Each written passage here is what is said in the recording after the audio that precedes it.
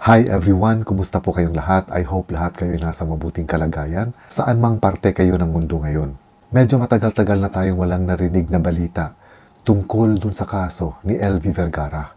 Kung matatandaan natin si LV Vergara, yung kasambahay na minaltrato at tuluyang nabulag dahil sa paulit-ulit na pananakit sa kanya ng kanyang mga amo na sina Franz Ruiz at Pablo Ruiz. Marami ang nagalit at marami rin ang naawa sa nangyari kay LV Vergara. In fact, dininig pa ang kaso niya sa Senado. So eto na nga ngayon, pagkatapos ng ilang buwan, lumabas na sa balita na tuluyan ng sinampahan ng kaso ang mag-asawang Ruiz kasama na ang kanilang anak na si Danica Jerlyn Ruiz. Naglabas ng resolution ang City Prosecutor's Office ng Batangas City na kung saan iniakyat na nila sa korte ang kasong illegal detention at serious physical injury laban sa mag-asawang Ruiz at sa kanilang anak na babae. Hindi tinanggap ng korte yung mga alibis ng mag-asawang Ruiz na kung saan sinasabi nga nila na hindi naman daw talaga nila ikinulong or illegally na i-detain itong si LV Vergara sa kanilang pamamahay sa Mamburao. In fact, wala naman daw kandado yung kanilang bahay at anytime pwede naman daw lumabas itong si LV Vergara. Pero hindi ito tinanggap ng korte. Dahil ayon nga sa korte, kung totoo na malayang nakakalabas-pasok itong si LV Vergara sa pamamahay ng mga Ruiz, ay hindi na sana ito nagtangkap ang tumakas. Isa pang alibay, sinabi rin ng kampo ng mga Ruiz na yung mga sugat na natamo ni LV Vergara sa iba't ibang parte ng kanyang katawan ay dahil daw sa hindi ito malinis sa pangangatawan. Kumbaga, sinasabi nila na walang proper hygiene itong si LV Vergara. Kung kaya itong mga sugat daw at itong mga peklat na nakita sa kanyang katawan ay dahil daw sa madalas na pangangamot, dahil nangangati daw itong si LV Vergara dahil hindi nga daw ito naliligo ng madalas.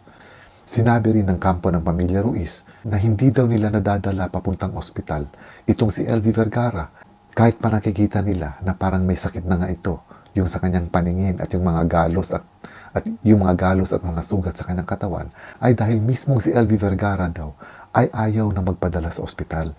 Pero ang sabi nga ng korte, hindi ito makatotohanan dahil kung tutuusin, itong mag-asawang Ruiz ang mga amo ni LV Vergara. Kung kaya sila ang may authority para sabihin at dalhin si LV Vergara sa manggagamot o sa isang ospital para ipatingin yung kanyang mga sugat at kung ano man yung kanyang nararamdaman. Kahit pa ayaw ito ni LV, ay pwede nilang gawin dahil sila yung mga amo ni LV at nasa pangangalaga nila si LV Vergara. At isa pang sinasabi nila na yung mata daw ni LV Vergara ay dati na daw may katarata nung pumasok si LV sa kanila. Pero hindi ito napatunayan dahil ang lumalabas sa medico legal na isinagawa kay LV Vergara, yung kanyang pagkabulag ay dahil sa paulit-ulit na trauma o paulit-ulit na tama sa kanyang mga mata. Also, sinabi rin ng kampo ng mag-asawang Ruiz na hindi daw normal ang pag-iisip ni LV Vergara. Kumbaga, sinasabi nila na may sira sa utak itong si LV Vergara. Pero ayon naman sa korte, hindi rin daw ito makatotohanan. Dahil kung totoo nga na may diferensya sa utak itong si LV Vergara, kung ikaw yung amo, natural matatakot ka. Dahil kumbaga, hindi normal yung pag-iisip ng iyong kasambahay. Baka anytime ay sasaktan sila ng kanilang kasambahay.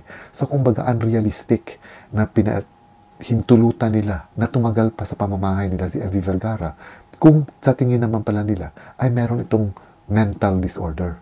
Kasi nangyari nga itong pagmamaltrato at pambubugbog na halos araw-araw na ginagawa kay LV Vergara noong 2020 sa kalagitnaan ng pandemya hanggang 2023 na kung saan nga ay nagkaroon na ng pagkakataon itong si LV Vergara na tumakas sa kamay ng kanyang mga amo.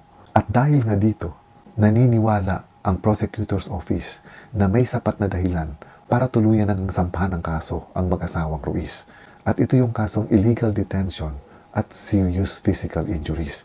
Ngayon, naisama rin dito sa kasong ito ang kanilang anak na si Danica Jerlyn Ruiz.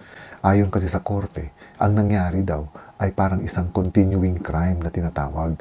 Kumbaga, from Mamburao, inilipat nila itong si LV Vergara sa Batangas City, kung saan doon nakatira yung kanilang anak na si Danica. At napatunayan din ng Prosecutor's Office, ayon mismo sa mga salaysay ni LV Vergara, na hindi siya pinapayagang lumabas ng pamamahay na yun sa Batangas ng anak ng mag-asawang Ruiz.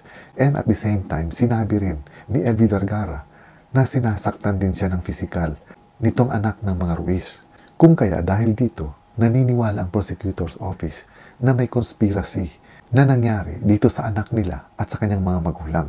Kung kaya, hindi nakaligtas at naisama nga sa kaso itong kanilang anak na si Danica Jerlyn. Ngayon, dinismiss naman ng korte yung kasong anti-trafficking dahil hindi ito nakitaan ng sapat na ebidensya. Kaya itong kasong isinampa sa Batangas City, hindi kasama dito yung barangay captain na si Jimmy Patal at yung pulis na si Master Sergeant Maria Elisa Palabay dahil na-dismiss nga itong anti-trafficking case. Pero may kasong serious physical injury pa rin na ipinasa ng Prosecutor's Office ng Batangas City sa Mamburao dahil doon na nangyari ang sinasabi nila. Yung serious physical injuries na kung saan ang kasama dito ay yung barangay captain na si Jimmy Patal, yung police master sergeant na si Maria Elisa Palabay, at yung isa pang anak ng mga Ruiz na lalaki na si Kim Jerome Ruiz. Kumbaga, ni-refer na nila ito sa Mamburao. Pero itong kaso ng mag-asawang Ruiz at ng kanilang anak na babae, sa Batangas City ito nakasampa. Iba naman yung kaso sa Mamburao na kung saan doon nangyari yung krimen na sinasabi. Kung saan doon nangyari yung pang-aabuso na sinasabi. Kasi kung maalala nga natin, sinasabi nga ni Elvie Vergara na lumapit na siya sa barangay captain. Pero hindi daw siya pinaniwalaan. Instead, ibinalik daw siya sa kanyang mga amo. Ganon din yung tungkol naman sa pulis, ang sinasabi ni Elvie Vergara ay binabantaan siya nito nung magkita sila sa tindahan mismo ng mga Ruiz. At itong anak naman na lalaki ng mga Ruiz na si Kim Jerome Ruiz, sinasabi rin ni Elvie Vergara na sinasaktan din siya nito sa pamamahay ng mga Ruiz sa Mamburao. So medyo may katagalan man, pero kahit papano, at least tuloy-tuloy na masasampahan ng kaso yung mga nagmaltrato at ng abuso ng pisikal kay Elvie Vergara. Parang sunod-sunod na hindi magandang pangyayari ang naranasan ng pamilyang Ruiz. Dahil lumabas din sa balita na nung mga April 3 ba yun or April 4 ay nagkaroon din ng malaking sunog sa Mamburao. At isa sa mga nasunugan ay ang pamilyang Ruiz. At sinasabi nga na mukhang sa kanila rin daw nagsimula yung apoy. So aside from that, eto pa ngayon, sasampahan na sila ng kaso. At itong illegal detention na ito na kaso, non-bailable ito. Ibig sabihin, hindi sila pwedeng magpiyansa. At kung mapapatunayan na talagang nagkasala sila, ang magiging parusa for illegal detention ay life imprisonment or pagkakakulong ng habang buhay. So medyo talagang mabigat itong kinakaharap ngayon ng pamilyang Ruiz. Damay pa yung mga anak nila. Wake up call din ito sa mga amo na kung saan kahit kailan walang karapatan ng mga amo nasaktan ang kanilang mga kasambahay. Anytime na hindi na nila gusto yung serbisyong ibinibigay ng kasambahay nila, pwede naman nila itong paalisin na agad at hindi na nila kailangan pang saktan or gawa ng anumang mga karumal-dumal na pananakit dahil lamang kasambahay nila yung tao. Sabi ko nga dati, hindi kasama sa sahod ng mga kasambahay ang mga pang-iinsulto verbally at ang mga pananakit physically. And this is all for now mga kaibigan. At least masaya na rin tayo na may pupuntahan na yung mga kasong isinampa ni Elvie Vergara laban sa kanyang mga dating amo. And at the same time, masaya rin tayo na unti-unti nang magkakaroon ng hustisya at makakamit na ni Elvie Vergara at ng kanyang pamilya yung hinihingi nilang hustisya, kahit sabihin pa natin na hindi pa rin ito sapat dahil hindi na nga maibabalik pa yung mga paningin ni Elvie Vergara. Pero okay na rin ito kung sakasakali man natuluyan ng mapanagot yung mga taong may kagagawan nito sa kanya. Once again, maraming salamat ulit sa inyong panonood. Have a peaceful Tuesday everyone. Ingat po kayo lagi and God bless.